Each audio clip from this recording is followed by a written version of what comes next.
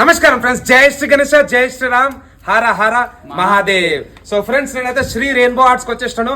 మన విశాల్ భగత్ యాదవ్ भाई राम राम. जय श्री राम अन्ना. काम कैसा चल रहा है? बस बढ़िया चल रहा है.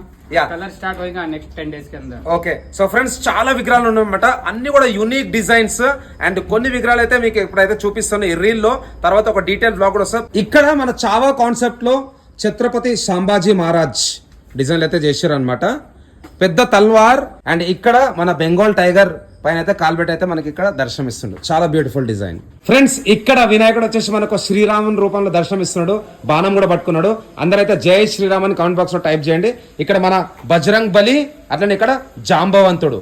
చాలా బాగుంది డిజైన్. ఫ్రెండ్స్, ఇంకొక స్పెషల్ విగ్రహం ఇక్కడ వచ్చేసి మనకు నాగరాజ్. వెనకాల వచ్చేసి 5 పడగలను.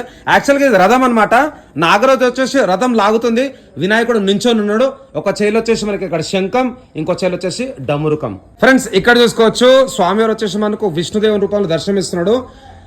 అండ్ మధ్యలో వచ్చేసి మన వినాయకుడు అండ్ స్వామికి లెఫ్ట్ సైడ్ వచ్చేసి మనకు నరసింహస్వామి, వరాహ స్వామి మత్స్య అవతారంలో గణేశుడు అయితే దర్శనమిస్తున్నాడు.